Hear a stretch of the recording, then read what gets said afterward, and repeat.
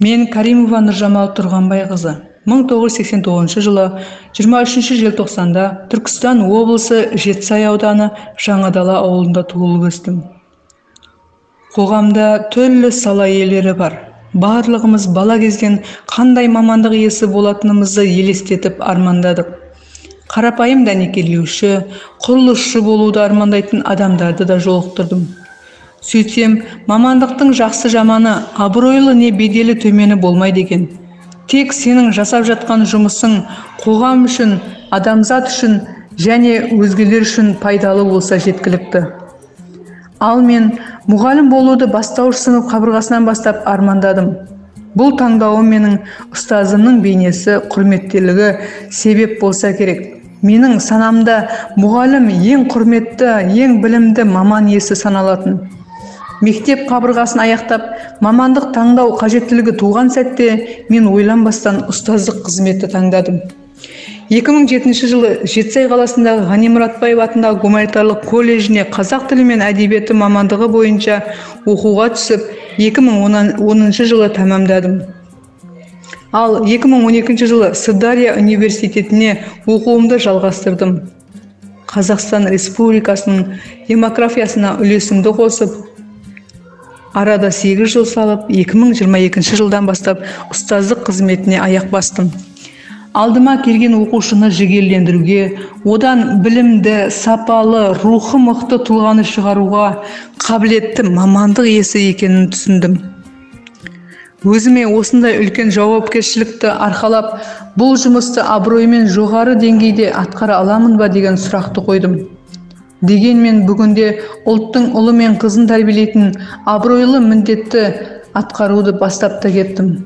Еңбек жолымды Түркістан облысы Жетісай ауданы Асық-Ата кентіндегі нөмірі 11 Жеңіс мектеп гимназия коммуналдық мекемесінен бастадым.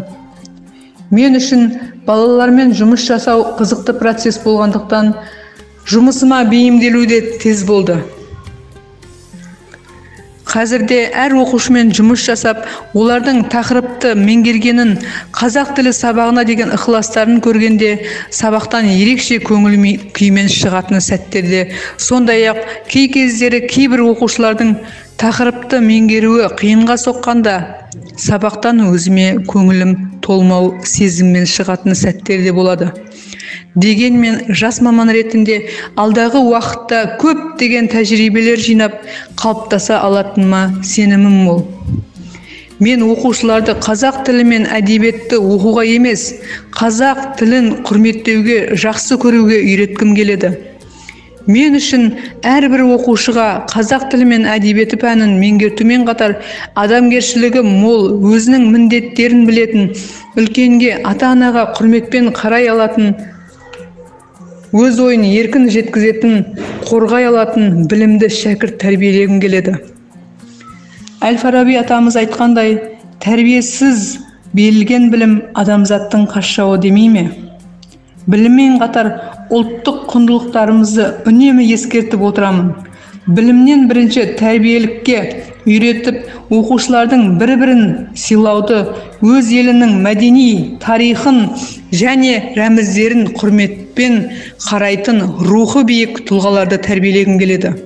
Және осы жолда кәсіби қызметімді жоғары дәрежеде атқару үшін алдағы уақытта үлкен еңбектер жасап, абыройлы міндетті жауапкершілікпен орындауға барымды салатын боламын.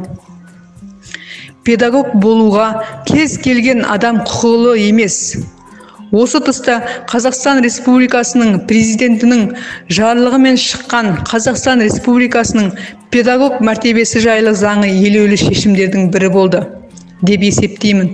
Еліміздің болашағы болып саналатын оқушылардың сапалы білім алу үшін жасалған бұл шешім болашақта тек білімді, білікті, өз ісінің шебері саналатын мұғалімдердің ғана педагог болу құқығына ие бола алуына негіз болады деп сенемін.